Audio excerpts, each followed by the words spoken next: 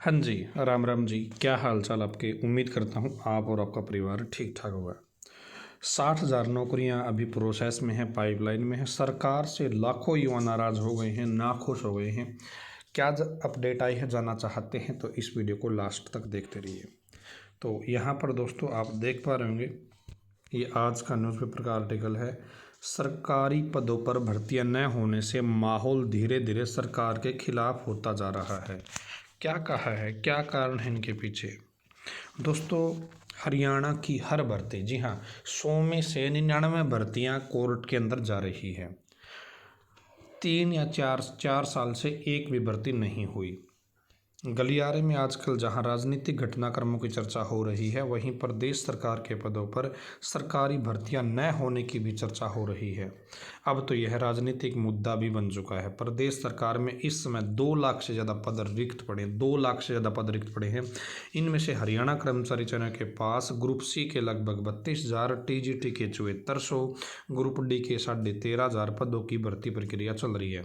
कुछ दिनों में हरियाणा पुलिस की पुरुष सिपाही की 5,000 पदों पर, महिला सिपाही की 1,000 पदों की भर्ती प्रक्रिया भी शुरू हो जाएगी। ये हमें सुनते सुनते कम से कम भी 1 साल से ज़्यादा का समय हो गया है। इस तरह ये कुल पद लगभग 60,000 बन जाते हैं। इनमें से 32,000 पदों के लिए भर्ती प्रक्रिया के तहत कुछ ग्रुपों के नॉलेज टेस्ट तो हो गए हैं, मगर ज़्यादा ग्रुपों के लंबित हैं। इन पदों की भर्तियां अदालत में लटकी हुई है, जिसका एक आधार पर सामाजिक आर्थिक आधार के अंक देने की नीति को चुनौती दे रखा है। सामाजिक आर्थिक मानदंड के अंकों का सही आकलन न होने के कारण सिंगल बेंच के सीट स्कोर रद्द करने के फैसले की अपील लंबित होने के कारण ग्रुप 56-57 का रिजल्ट पर रोक लगने हैं। TGT पदों पर अनुभव, सामाजिक आर्थिक मानदंड के अंक देने और सीटेट को चुनौती देने के कारण रोक लगी हुई है। यानी कि दोस्तों, जो भर्तियां चली हुई हैं उन सभी में कुछ ना कुछ खामियां थी और युवाओं ने उसके प्रति कोर्ट में केस कर दिया। हालांकि मुख्यमंत्री साहब तो इन लोगों को भर्ती रोको गैंग कह रहे, लेकिन यहाँ पर जो रणदीप सुरजेवाला है उन्होंने भी एक सही बयान दिया, उन्होंने एक सही स्टेटमेंट की यदि कमी है, युवा को अधिकार है, हर कोई कोर्ट में जा सकता है, अदालत में जा सकता है। कमी है तभी तो वो कोर्ट केस इतना लंबा चल रहा है। अदरवाइज आप फर्स्ट हियरिंग में ही उसका प्रॉपर जवाब देगी, उसकी क्लियर करवा क्यों नहीं देती सरकार? इसलिए कमियां तो रही होंगी ज़रूर। आपको क्या लगता है, कमियां हैं या नहीं है? सामाजिक आर्थिक मानदंड के जो अंक है ये फैमिली आईडी से दे रहे हैं। फैमिली आईडी का डाटा ही गलत है, ठीक है। और ग्रुप सी और ग्रुप डी की भर्तियों में सरकार ने CET कंपलसरी किया हुआ है। जब से CET लागू हुआ है एक भी भर्ती नहीं हो पाई है। गलियारे में चर्चा है कि भर्ती न होने से युवा वर्ग नाराज है।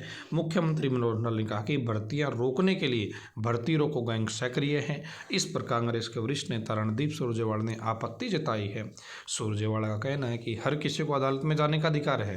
गलियारे में कहा जा रहा है कि अदालत में चुनौती तभी दी जाती है जब कोई कमी रह जाती है। गलियारे में साफ कहा जा रहा है कि CET पॉलिसी लागू करते समय सरकार अगर ध्यान दे देती तो भर्तियां फटाफट हो जाती, मगर CET में ऐसी शर्तें लगा दी कि 3 साल से CET आधार पर एक भी पद पर भर्ती नहीं हो पाई है। CET हर साल होना था मगर एक बार हो पाया है। अब युवा कह रहे हैं कि जिनकी जो CET नहीं दे पाए, बाद में पात्र हो पाए हैं, जो पहले CET में फेल हो गए हैं, जिनका स्कोर कम रहा है, वे सभी दूसरे CET होने का इंतज़ार कर रहे हैं, लेकिन सरकार इसके ऊपर कोई भी स्टेटमेंट नहीं दे रही है।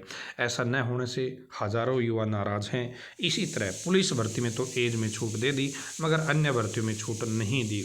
उन भर्तियों में उम्मीदवार ओवर एज हुए हैं, अब वे भी मांग कर रहे हैं कि जल्दी से जल्दी भर्तियों में छूट दी जाए।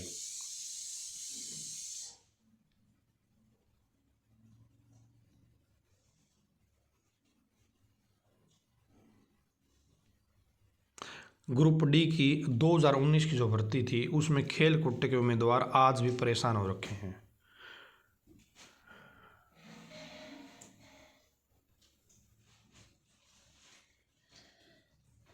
फिलहाल हरियाणा में भर्तियां नहीं होने से जो हालात हैं वो सरकार के खिलाफ बन रहे हैं। हालांकि मुख्यमंत्री मनोहर ने दावा किया कि 9.5 साल में 1.06 लाख से ज़्यादा सरकारी नौकरियां इस सरकार ने दी है और 30 लाख से ज़्यादा रोजगार के अवसर दिए हैं।